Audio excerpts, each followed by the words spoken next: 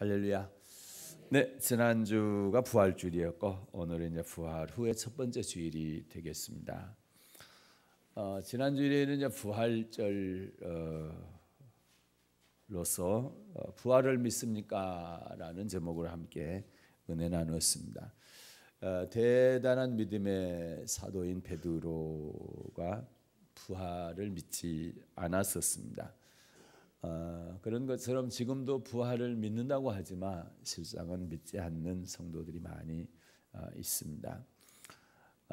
부활을 믿지 않게 되면 절대 안 되는 이유가, 만약에 부활을 믿지 않는다고 한다면 우리의 믿음은 헛것이 되기 때문입니다. 또 사두개인들처럼 부활을 믿지 않고 이 땅의 것만 믿는다고 한다면 우리는 이 지구상에 태어난 사람들 가운데 가장 불쌍한 사람이 되는 것입니다. 그러나 예수님의 부활은 역사적인 사실입니다. 또 그분 강림하실 때에 이 지구상에 태어났던 모든 사람들은 다 부활을 하게 될 것입니다. 그러나 중요한 사실은 예수님 재림하실 때 모두가 부활하지만 한 가지 부활만 있는 것이 아니라 부활은 두 가지가 있다라고 했죠. 하나는 생명의 부활이 있고 또 하나는 사망의 부활이 있다. 바울을 비롯한 사도들은 의인의 부활과 악인의 부활에 대해서 얘기를 했습니다. 솔로몬도 의인과 악인의 부활, 심판이 있다고 얘기를 했었죠. 예수님께서는 직접 선을 향한 사람은 생명의 부활, 악을 향한 사람은 심판의 부활을 할 것이라고 우리 주님께서 직접 그렇게 말씀을 하셨습니다. 그래서 저와 여러분은 어찌 됐거나 심판의 부활이 아니라 생명의 부활을 해야 될 줄로 믿습니다. 그래서 성경 속의 믿음의 사람들은 다 부활 신앙으로 살았습니다. 믿음의 사람들의 삶은 부활 신앙으로 살아야 되고 그렇게 성령의 인물들을 살았던 것을 알 수가 있습니다. 대표적으로 모세 같은 경우에는 위에서 부르신 부름의 상, 부활의 상을 얻기 위해서 하나님의 백성들과 함께 고난을 받았죠. 그리고 공주의 아들로서 부귀영화를 다 거절하고 버렸습니다. 솔로몬 같은 경우도 물론 젊었을 때 한때는 하나님을 떠났었지만 그가 결국 돌아온 것은 부활이 있다는 사실을 믿었기 때문에 돌아오게 된 것이죠. 그리고 그가 결론 내린 것은 인생이 사는 동안에 기뻐하며 선을 행하는 것보다 더 나은 게 없다, 이렇게 고백을 하고 그런 결론을 내리게 되는 것이죠. 바울 사도 같은 경우도 어찌하든지 생명의 부활 얻기를 위해서 표대를 향해서 계속 끝까지 달려갔죠. 그리고 히브리서 11장을 봤습니다. 어떤 여자들과 어떤 사람들은 더 좋은 부활, 생명의 부활 얻기 위해서 악행을 받는다든지 감옥에 간다든지 또는 칼이나 더 심하게 톱으로 켜는 그런 죽음을 당한다 할지라도 구차히 변명하지 않고 기꺼이 죽음을 택했다라는 것이죠. 그러한 죽음의 환난들을 끝까지 견뎌냈습니다. 그것은 바로 끝까지 견디는 자가 구원, 생명의 부활을 얻기 때문에 그렇게 하게 된 것이죠. 오늘은 복음서 마가복음 13장입니다. 3절부터 13절 말씀을 중심으로 말세의 징조라는 제목으로 함께 은혜 나누도록 하겠습니다. 예수님께서 예루살렘 성전 맞은편 감람산에 앉으셨을 때에 제자들이 조용히 말세의 징조에 대해서 물어봤습니다. 그래서 예수님께서 말세의 징조에 대해서 대답을 하셨는데, 말세의 징조는 어떤 징조가 있느냐? 첫째, 예수님께서 대답하신 말세의 징조입니다. 첫째, 사람의 미혹입니다. 마가복음 13장 5절을 받들어 읽겠습니다. 마가복음 13장 5절입니다. 시작. 예수께서 이르시되 너희가 사람의 미혹을 받지 않도록 주의하라. 아멘. 사람의 미혹을 받지 않도록 주의하라. 어떻게 미혹한다는 말입니까? 6절에 보니까 자 시작. 많은 사람이 내 이름으로 와서 이르되 내가 그로라 하여 많은 사람을 미혹해 하리라. 아멘. 네, 많은 사람이 내 이름으로 와서 예수님의 이름으로 와서 내가 그러라, 내가 그리스도다 이렇게 해서 많은 사람을 미혹한다는 것이죠. 재림 예수라고 이렇게 했던 사람들, 그리고 지금도 하고 있는 사람, 한국에서만 막 40-50명이 된다고 그러고, 여러분 잘 아시는 것처럼 대표적인 재림 예수론자가 바로 안상홍이라는 사람이고, 지금 하나님의 교회라고 해가지고 상당한 교세를 자랑하고 있죠. 재림 예수라고 하는 사람이 한국에서만 40-50명 된다고 그러니까 세계적으로 보면 얼마나 많습니까? 그러니까 내가 그리스도다, 내가 재림 예수다 이렇게 하는 사람들이 사람들을 미혹을 한다라는 것이죠. 그 미혹을 받지 않도록 조심해라, 주의해라 이렇게 말씀하고 있는 겁니다. 그래서 예수님께서 말씀하는 말세의 징조 첫 번째는 사람들의 미혹입니다. 내가 예수다, 내가 그리스도다, 내가 재림한 예수다 이렇게 미혹을 한다라는 것이죠. 두 번째는 뭡니까? 13장 8절입니다. 마가복음 13장 8절 시작. 민족이 민족을 나라가 나라를 대적하여 일어나겠고 처처에 지진이 있으며 기근이 있으리니 이는 재난의 시작이니라. 아멘. 민족이 민족을 나라가 나라를 대적하는 일이 일어난다. 이것이 두 번째 징조라는 거죠. 민족이 민족을 대적하는 것을 내란이라고 얘기합니다. 내란. 그리고 국가와 국가가 대적을 하는 것을 전쟁이라 하죠. 그래서 내란과 전쟁. 우리나라도 이제 꽤 됐습니다만은 1950년도부터 53년도까지 큰 내란이 있었죠. 남한과 북한의 전쟁이 있었습니다. 이건 내란이죠. 민족끼리 하는 거니까. 3년 1개월 동안 이 전쟁으로 인해서 약 150만에서 300만 명의 사상자가 났다고 합니다. 남한은 거의 사상자가 밝혀지는, 북한 같은 경우에 중국과 북한은 잘 안 밝혀져서 대략 한 150만 명에서 300만 명의 사람이 죽었을 것이다 이렇게 추론을 합니다. 우리나라 민간인이 37만 명이 죽었고 국군하고 유엔군이 10만에서 14만 명, 그리고 북한 민간인이 40만에서 200만, 북한 군하고 중공군이 약 29만에서 52만 명이 죽었다 이렇게 통계에 나와 있습니다. 이것은 내란이고, 그리고 전쟁은 국가와 국가 간의 전쟁은 세계적으로 크게 두 번의 전쟁이 있었죠.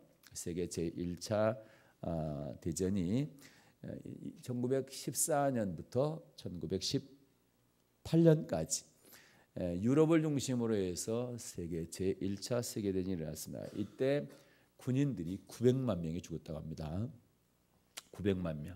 그리고 세계 제2차 세계대전이 1939년부터 45년까지 6년 동안 있었는데 유럽, 아시아, 태평양 이렇게 세계 전 지역에서 연합군은 미국, 영국, 프랑스, 소련, 중국이 연합군이고, 그리고 이제 전체주의 국가 독일과 이탈리아, 일본이 이제 전쟁을 일으켜 가지고 세계 전역에 걸쳐서 전쟁이 일어났는데 이때 죽은 사람이 약 5천만 명으로 보여집니다.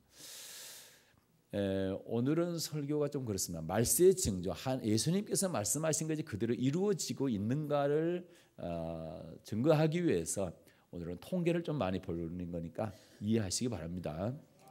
그래야 예수님 말씀이 맞구나 말씀하셨던 대로 세계가 움직이고 있구나, 그 방향으로 가고 있구나라는 것을 알 수가 있기 때문에 그렇습니다. 세계 역사의 주인은 예수님이시기 때문에 그분의 말씀대로 이루어진다는 사실을 우리는 이런 통계들을 통해서도 알 수가 있는 것이죠.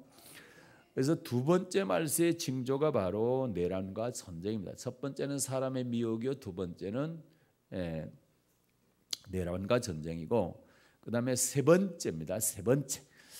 다시 마가복음 13장 8절입니다. 말세의 징조 세 번째입니다.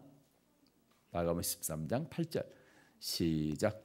민족이 민족을 나라가 나라를 대적하여 일어나겠고 처처에 지진이 있으며 기근이 있으리니 이는 재난의 시작이니라. 아멘. 처처에 지진이 있으며 기근이 있으리니 이는 재난의 시작이다. 처처에 지진과 기근이 있다라는 것이죠. 이것이 세 번째 말세의 징조입니다. 지금 이 시대가 바로 이 지진과 기근의 시대인 것입니다. 19세기 이후에 가장 강력했던 지진이 1960년도 칠레 지진인데 리터 규모로 9.5, 10이 끄트머리인데 9.5니까 엄청난 지진이 일어나게 된 거죠. 그러니까 지진 관측사상 가장 큰 지진이 바로 1960년도에 칠레에서 일어났는데 사망자 수는 약 5,700명으로 그리고 규모에 비해서는 사망자 수가 많지는 않지만 이때 해일이 일어난 거죠. 해일이 일어나 가지고 하와이가 초토화가 되고 그 해일이 필리핀, 일본까지 이렇게 영향을 미쳤다고 합니다. 그리고 사망자가 가장 많았던 지진은 1976년 1월 달에 중국 탕산에서 일어났던 지진으로 리터 규모로 7.5 강진인데 이때 죽은 사람이 25만 5천 명이 죽었다고 합니다. 25만 5천 명. 그리고 피해 액수가 가장 큰 지진이 1995년 1월에 있었던 일본 고베 지진인데 이때 사망자 수는 6,400명으로 그리 크지 않지만 피해액이 약 1,000억 달러 그러니까 우리나라 돈으로 한 100조 원의 피해를 입었다고 해요. 100조 원이면 어마어마한 규모의 피해액입니다. 일본 사람들이 한국을 부러워하는 것 중에 하나가 지진이 없는 나라다. 태풍도 불면은 일본 쪽으로 많이 가지 한국 쪽은 태풍이 별로 그래도 많이 안 오죠. 발생 빈도에 비해서 일본이 훨씬 태풍이 많이 지나가고 한국은 덜 지나가는 편이죠. 그래서 일본 사람들이 신이 많은 이유가 자연에 대한 두려움이 있는 거죠. 항상 지진이 일어나고 그리고 태풍이 지나가는 것 때문에 자연에 대한 두려움이 있어서 그들이 많은 신들을 길가마다 만들어 놓고 사람이 사는 곳 곳곳마다 신당을 만들어 놓고 신에게 빌게 되는 것이죠. 그런 자연에 대한 두려움. 그래서 그들이 한국 사람을 두려워한 것, 한국을 두려워한 것은 지진도 없고 태풍도 별로 영향을 많이 받지 않는다라는 것이죠. 그런데 한국도 지진에서 이제 자유롭지가 못하게 됐어요. 우리가 재작년에 우리나라 지진 관측사상 가장 강력한 지진이 경주에서 일어났죠. 그때 지진 리터 규모 5.8이었습니다. 뭐 다른 나라에 비해서는 약한 거지만 우리나라로서는 가장 강력한 지진 5.8. 5.8이면 이것도 약한 지진은 아니죠. 상당한 지진인데 큰 피해는 아니었지만 문화재들이 파손이 되는 이런 일들이 이제 일어나게 된 거고 그 다음에 금년 초 2월 달에 작년입니까? 포항에서 일어났었죠. 12월 달입니까? 포항에서 일어났는데 큰 피해는 아니었지만 굉장한 그 두려움을 갖게 되고 불안한 마음을 갖게 됐죠. 그래서 이사를 이렇게 다른 데로 가는 사람들이 많아지게 됐고 뭐 얼마 전에 세지를 갔는데 거기도 울산 쪽에서 와가지고 이제 집터를 사서 집을 짓기 위해서 터를 닦고 있다 이런 얘기를 듣기도 했습니다. 그만큼 사람들에게 심리적인 불안을 주는 것이죠. 그래서 우리나라도 지진으로부터 이제 안전하지 못하다라는 것이 증명이 되고 있는 것입니다. 그러면 기근은 어떻습니까? 지진은 그런데 기근은 어떤가? 20세기에 가장 큰 그 피해를 본 지진에 대해서 몇 사례를 이렇게 보게 되면 1959년부터 61년까지 2년 동안 중국에서 일어났던 기근으로 이때 중국 전역에서 이 기근으로 4천만 명이 죽었답니다. 4천만 명. 그리고 1932년부터 33년 당시에 소련이죠. 소련에서 발생한 기근 때문에 최소 500만 명이 죽었다. 최소입니다. 그런데 그때 당시에 공산 정권이었기 때문에 많이 숨겼을 가능성이 많아요. 그렇지만 최소 500만 명이 죽었을 것이다. 예. 그다음에 1921년도에 여기도 마찬가지로 구소련이죠. 그때 약 510만 명이 기근으로 죽었습니다. 1984년부터 85년까지 이디오피아의 가뭄으로 인해서 약 최소한 100만 명이 사망했다. 이렇게 보고가 되고 있습니다. 지금 전 세계 인구가 약 73억입니다. 그런데 9억 명 정도의 사람들이 기아에 허덕이고 있다. 이렇게 보고가 되고 있습니다. 이제 세계 인구의 13% 정도가 기아, 그러니까 굶주림에 허덕이고 있다. 이렇게 보면 되겠고요. 우리 전 세계 인구의 7명 중에서 1명꼴로 굶주리고 있다. 이렇게 보면 되겠습니다. 그래서 눈에 보이는 어떤 영양 결핍의 이제 가장 큰 희생자는 암만 해도 어린이들이 되겠죠. 매년 어린이들이 사망하는 숫자가 한 1000만 명이 되는데 그 중에서 한 반 정도, 500만 명 정도가 영양 부족으로 이렇게 죽는다고 하네요. 말세의 징조 세 번째는 지진과 기근입니다.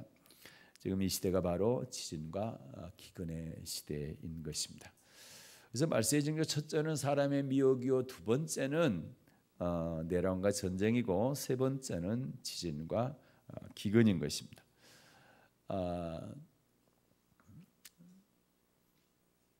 그 다음에 네 번째 징조는 환란입니다. 마가복음 13장 11절부터 13절까지를 보겠습니다. 마가복음 13장 11절부터 13절입니다. 시작. 사람들이 너희를 끌어다가 넘겨줄 때에 무슨 말을 할까 미리 염려치 말고 무엇이든지 그 시에 너희에게 주시는 그 말을 하라. 말하는 이는 너희가 아니요 성령이시니라. 형제가 형제를, 아비가 자식을 죽는 데 내어주며 자식들이 부모를 대적하여 죽게 하리라. 또 너희가 내 이름을 인하여 모든 사람에게 미움을 받을 것이나 나중까지 견디는 자는 구원을 얻으리라. 아멘. 자, 사람들이 너희를 끌어다가 넘겨줄 때에, 왜, 이거 예수님의 말씀인데 왜 제자들을 끌어다가 넘겨주느냐? 예수 믿는 것 때문에 그렇습니다. 예수 믿는 것 때문에 끌어다가 넘겨준다라는 거죠. 그런데 왜 넘겨주냐? 12절 13절을 보니까 형제가 형제를, 아비가 자식을 죽는 데 내어주며 자식들이 부모를 대적하여 죽게 하리라. 예수 믿는 사람들 예수 못 믿게 하기 위해서 죽이려고 끌어가는 것이고, 또 넘겨주는 것이고, 또 죽음 앞에서 서로 부인을 하고, 또 내가 살기 위해서 형제를, 또는 자식이 부모를, 부모가 자식을 대적하게 되는 이런 비참한 일들이 일어난다라는 것이죠. 얼마나 고통과 핍박이, 환난과 핍박이 심하면, 그리고 받는 고통이 크면은 부모 자식 간에도 서로 대적하겠느냐 이 말입니다.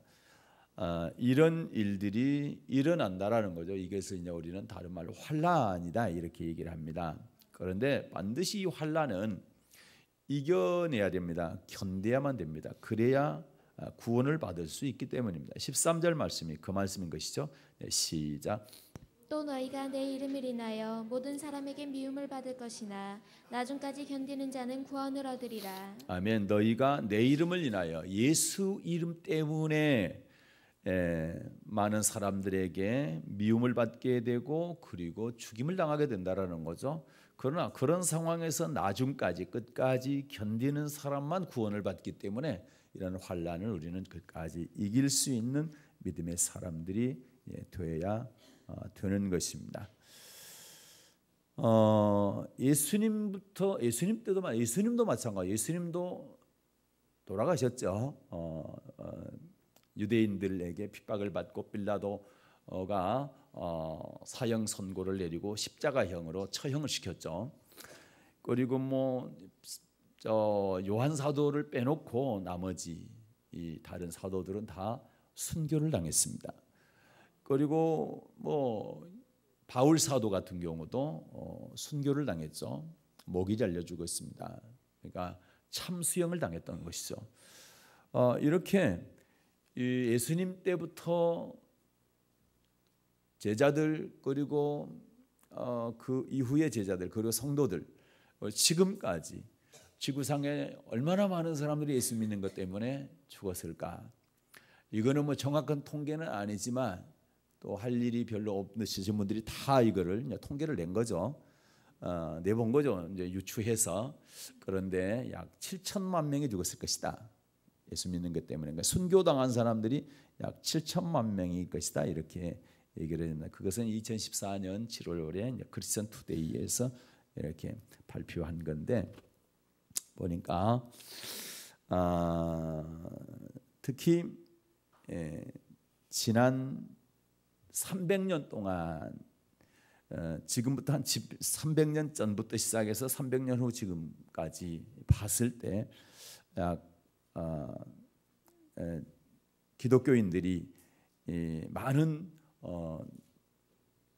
가장 많은 순교를 당했는데 그랬는데 예수님 시대 때 지금까지는 한 7천만 명 될 것이다. 그런데 이제 300년 이후 가장 많은 사람들이 죽게 되는데 대체적으로 보면 독일의 그때 나치 체제에서 히틀러죠. 그때 약 한 100만 명이 죽었을 것이다.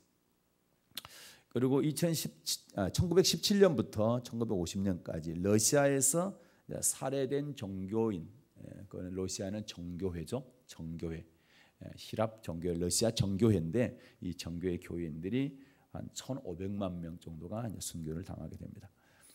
그리고 1989년부터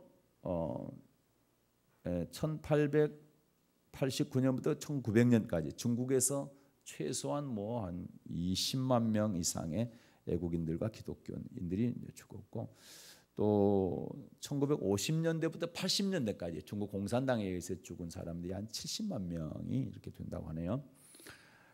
그리고 1800년도부터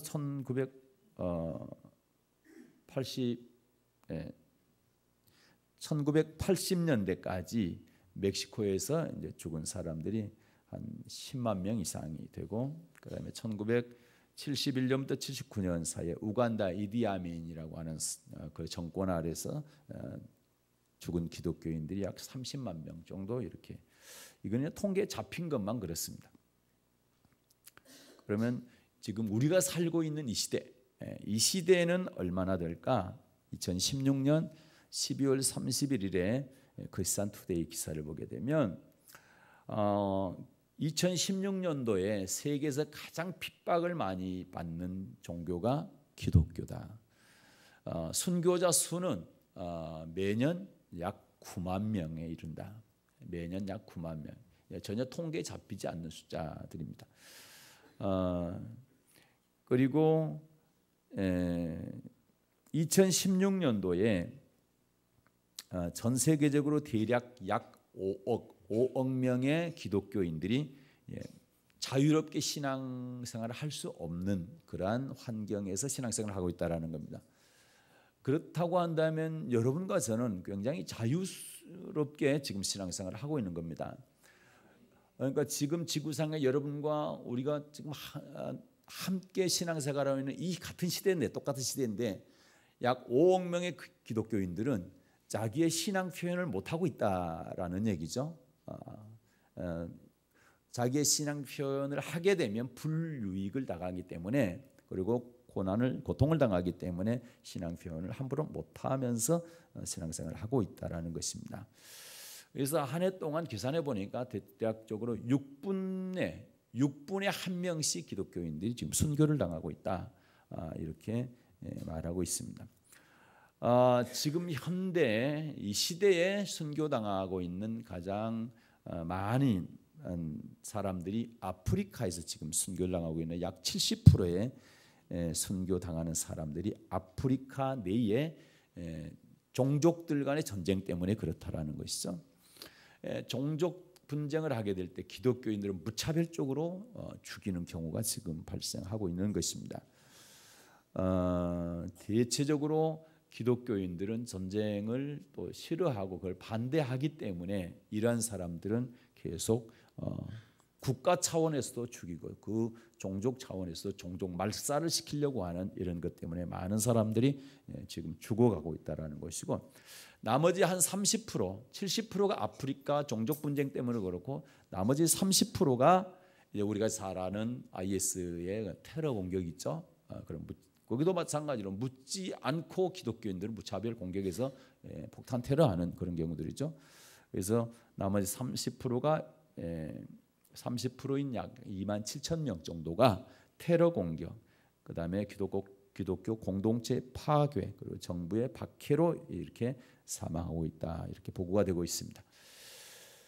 그런데도 불구하고 이들이 생명의 위협을 받는 가운데서도 하나님을 경외하고 그분의 말씀을 전하고 있는 것입니다.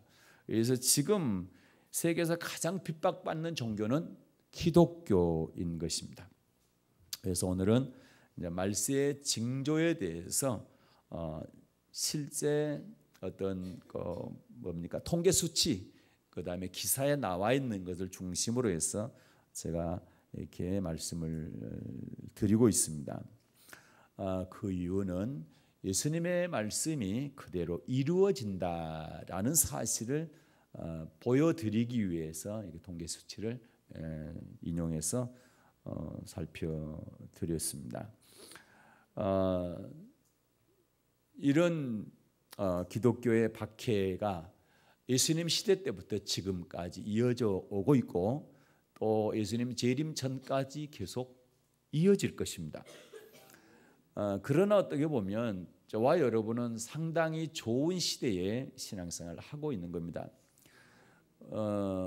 이것 또한 하나님의 은혜라고 하지 않을 수가 없고, 똑같이 같은 언어를 쓰고 있고 같이 성경을 볼 수 있는 북한 같은 경우에는 38선 딱 하나 그어졌는데 거기는 마음대로 신앙생활을 못하고 예수를 믿는 사람들은 죽임을 당한다든지, 그렇지 않으면 강제 노역에 끌려가서 엄청난 고통을 당하고, 그리고 지하교에서 숨어서 예배를 드리는 그런 같은 민족인데도 불구하고 선하나 사이에 그렇게 되고 있는 것입니다.